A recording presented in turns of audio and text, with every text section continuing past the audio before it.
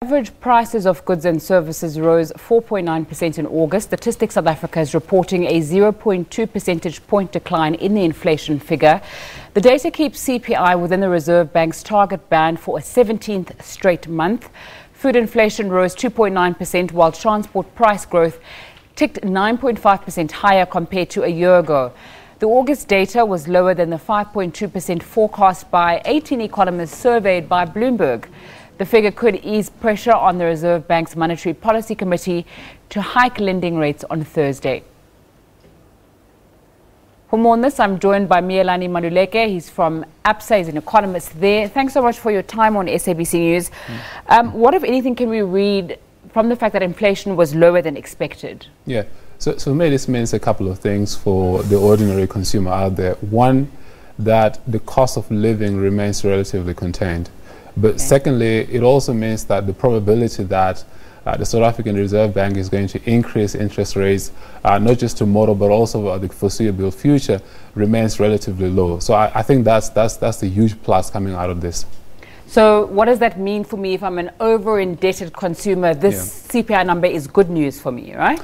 I think in an indirect way, right? Because I think there have been lots of concerns over the last few months, particularly given the depreciation in the rand that we've seen, that the South African Reserve Bank might start increasing interest rates and obviously also increasing the cost of servicing debt with that. So I think with inflation coming in fairly low and core inflation in particular also coming in at 4.2%, I think the SARB is going to look at this tomorrow and say, you know what, yeah, sure, the rand has depreciated by a lot, but inflation is still contained. And given how weak growth is, given how constrained the South African consumer is, I think they probably want to keep interest rates on hold.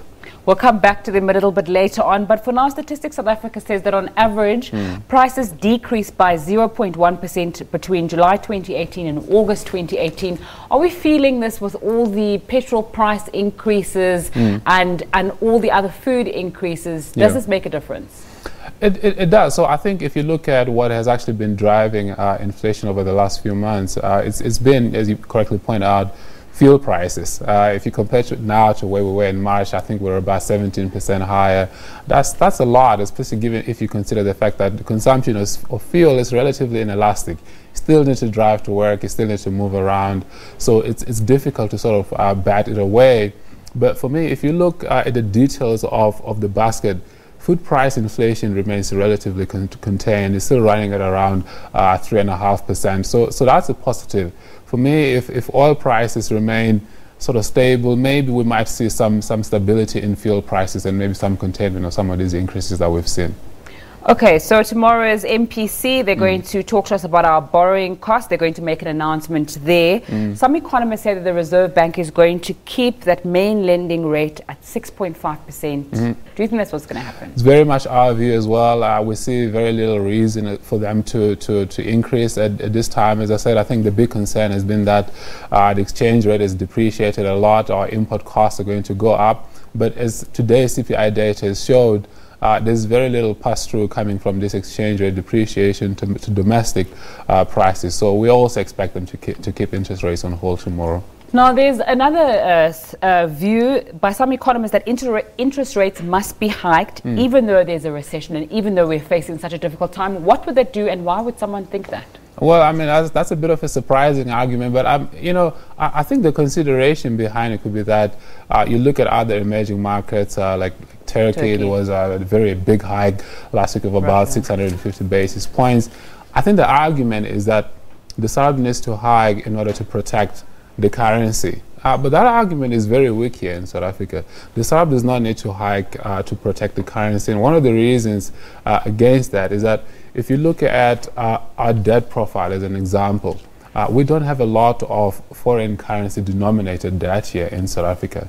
So there is that doesn't count as a very strong reason in favor of, I think, hiking to protect the currency for its own sake. So I think the fact that we have that, it gives the SARB an opportunity to just focus on domestic inflation and growth fundamentals in considering whether or not to change the interest rates.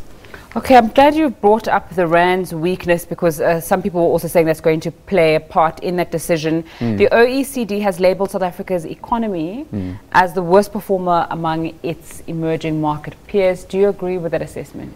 Look, I think if you just look at, in terms of currency moves, obviously we're still doing a little bit better than the Turkish lira, but yes, the rand has depreciated by a lot in the last few months, and part of the reason for that is because it happens to be one of the most traded emerging market currencies, and I think if you do see global risk aversion going up, the rand tends to respond, and I think you've seen a lot of that in these last few months.